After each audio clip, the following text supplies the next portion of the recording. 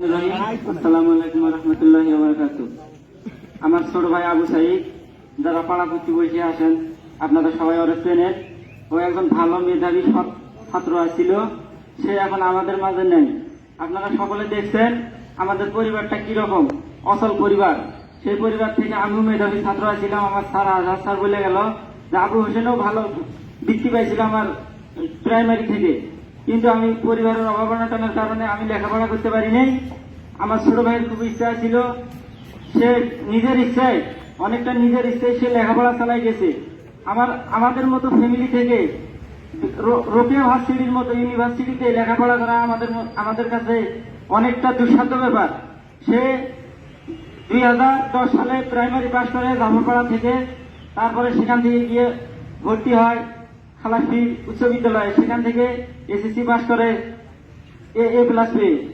তার পরবর্তীতে সে রংপুর সরকারি কলেজে ভর্তি হয় ইন্টারে, সেখানেও ভালো রেজাল্ট করার পর ইন্টারে পাস করার পর তারপর তার সংগ্রামী জীবন শুরু হয়। তার আগেও অনেক সংগ্রাম করছে। বাবা অর্থনৈতিকভাবে অসচ্ছল হওয়ার কারণে ওর লেখাপড়ার খরচ ঠিক মতো দিতে পারে নাই।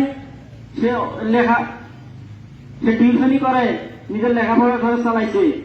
তারপরে যখন ইউনিভার্সিটিতে ভর্তি হয় প্রথম বছর নিজের চেষ্টায় বিভিন্ন জায়গায় পরীক্ষা দেয়, কিন্তু সে ব্যর্থ হয়। ব্যর্থ হওয়ার পর আমি কই, ভাই তুই এখন কি করবি, গ্যাপ দিবি না ন্যাশনালে ভর্তি হবি? কয় কি না ভাই আমি আরেকবার চেষ্টা করে দেখো। তারপরে চেষ্টা করে পরের চান্স পাইল, রোকেয়াতে পাইছে এবং ইয়াতে পাইছে, ওই আরেক জায়গায় পাইছিল, ওটা আমার মনে নেই সঠিক। তারপরে কইলাম হোক, বাড়ির কাছে আছে রোকেয়া, ওখানেই ভর্তি হোক। তারপরে টিউশনি করে করে লেখাপড়া চালাইয়া এবার তার ফাইনাল পরীক্ষা দিছে। পরে জিজ্ঞেস করছিলাম রেজাল্ট কিরকম হয়েছে তোর? কয় যে ভাই আমার ডিপার্টমেন্টে আমার রেজাল্ট আছে 2 নম্বরে, আমার তো একটা মেয়ে বেশি আছে। এবার ফাইনাল পরীক্ষাটা দিচ্ছি, রেজাল্টটা বের হলে ফাইনাল রেজাল্টটা চলে আসবে। সে একজন গরিব সব মেধাবী ছাত্র আসছিল, সে আসছিল অন্যায়ের প্রতিবাদকারী। সে আন্দোলন করছে, ঠিক আছে, সে একাই করে নাই, তার সাথে তার যারা সহপাঠী ছিল সবাই আন্দোলনে শহীদ হয়েছিল। কিন্তু আমার ভাইরে নির্মমভাবে হত্যা করা হয়েছে, আমার ভাইরে। অনেক ছাত্র ওখানে উপস্থিত ছিল, সবাই আন্দোলন করছে, আমার ভাইরে গুলি করে মারা হয়েছে। আমি এটার বিশ্বাস চাই।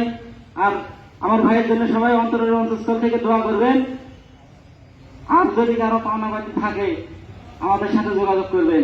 আর আমি চাই, আমার ভাই মারা গেছে, সারা দেশব্যাপী তোলপাড় হয়ে গেছে।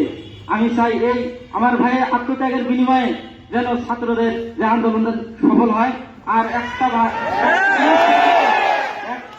মায়ের বুক যেন খালি না হয়। আমার আদরের ছেলে ভাই, আমাদের